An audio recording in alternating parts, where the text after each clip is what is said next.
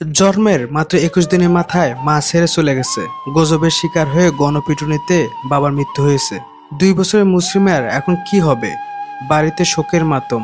তবে ২ বছরের মুসলিমা এখনো বুঝতে পারছে না সে সারা জীবনের জন্য কি হারালো। স্বজনদের আহাজারি আর উৎসুক মানুষের ভিড়ের মাঝে কখনো দাদির কোলে, কখনো প্রতিবেশীদের কোলে ঘুরছে সে। আবার ফিডারের দুধও খাচ্ছে।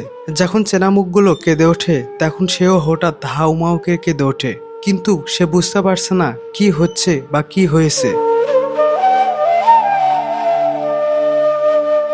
শুক্রবার রাত ১০টার দিকে বীর নালিয়া নতুন হাটখোলা এলাকায় একটি দ্রুতগতির ট্রাক ২০ জন পথচারীকে ধাক্কা দিয়ে হত্যা করেছে, এমন একটি খবর ফেসবুক লাইভে ছড়ানো হয়। এই খবর এলাকার সব দিকে ছড়িয়ে পড়ে। মুহূর্তের মধ্যে গজবের ডালপালা মেলে যে একটি ট্রাক ২০ জন মানুষকে চাপা দিয়েছে। এই উত্তেজনার জেরে স্থানীয়রা রাস্তায় ইট ও বলাক ফেলে ট্রাকটিকে আটক করে।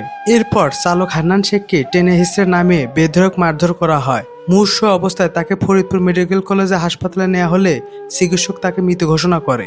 এই ঘটনায় ট্রাকের ২ সহকারী নাইম ও আল আলামিন আহত হয়ে ঢাকা মেডিকেল কলেজ হাসপাতালে চিকিৎসাধীন রয়েছে।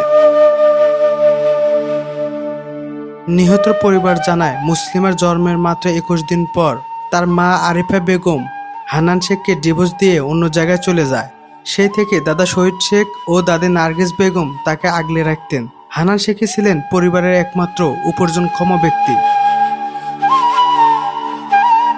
দাদি নার্গিস বেগম কান্নায় ভেঙে পড়ে বলেন, মা ২১ দিনে ফেলে চলে গেছে। ইহা বাপডা চলে গেল। আমার মুসলিমের আর কেউ রইল না। আমি মইরা গেলে এই মাসুম বাচ্চার কি হইবে?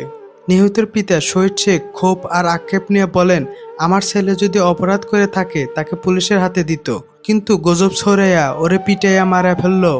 এখন এই ইতিম বাচ্চার ভবিষ্যৎ কি? ওরে কে দেখবে? নগরকান্দা সহকারী পুলিশ সুপার জানান, মরদেহ ময়নাতদন্ত শেষে পরিবারের কাছে হস্তান্তর করা হয়েছে। অভিযোগ পেলে তদন্ত সাপেক্ষে আইনানুগতভাবে ব্যবস্থা নেওয়া হবে।